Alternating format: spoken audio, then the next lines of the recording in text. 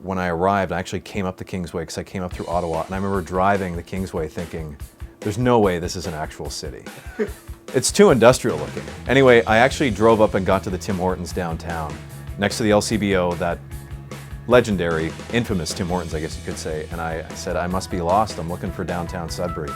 And the woman said, you're here, honey.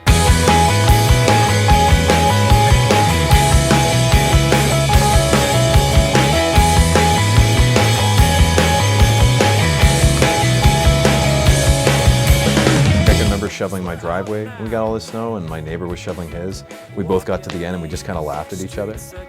You know, and it's like the snow is still coming down, the snowplow's driving by, and it's like minus 30 and you can't feel your face, but there was some sort of weird like, yeah, we choose to live here and we like it. There's an artistic feel to Sudbury, I find, that I didn't even see when I was here.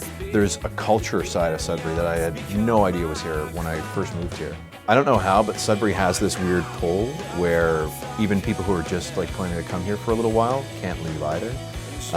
In the 5 years I've lived here, like I've moved to Winnipeg, I've come back. I've moved to Toronto, I've come back. I've moved to Halifax, I've come back. It seems like every shot, and I don't know why, but every time I've tried to leave Sudbury, I've come back. And it's not because I've been forced to, it's because for some reason Sudbury always just seems more appealing. Sudburians almost feel like they can't brag about all the great things they have. It's almost like, well, you know, it's Sudbury, you know, it's just a mining town. But it's not. I did an interview yesterday with a guy who was from Trinidad who grew up in Scarborough and moved to Sudbury because his entire family like raved about it and loved it. And I find he was hitting on a bunch of the things that I liked about it. He was talking about, oh, there's such a strong Italian, Ukrainian, Polish, First Nations culture side of this place that I find people aren't fast to talk about, but you have to be here for a while to see it, which is like one of my favorite parts of Sudbury. I used to like have this little double cassette player, and I would dub music and talk over it and kind of make my own little things like that. And I used to have a little Fisher-Price record player and would kind of use it to mix stuff, but it would just be me talking, and I would interview my sister, who also was a regular on the show. And we would just talk about the things that were kind of like happened over the past few days, like why there's no peanut butter and jam like left in the fridge and stuff like that.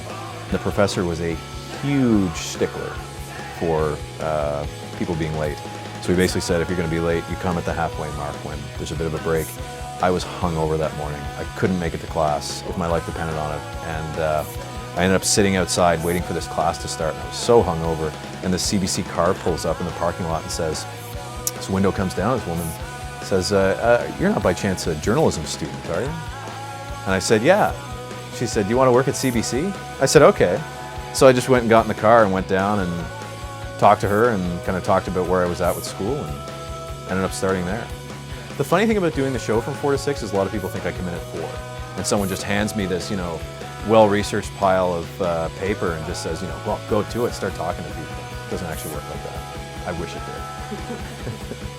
My name's Jason Turnbull, and I'm the host of CBC Radio Points North. I do an afternoon show from 4 to 6 every Monday to Friday.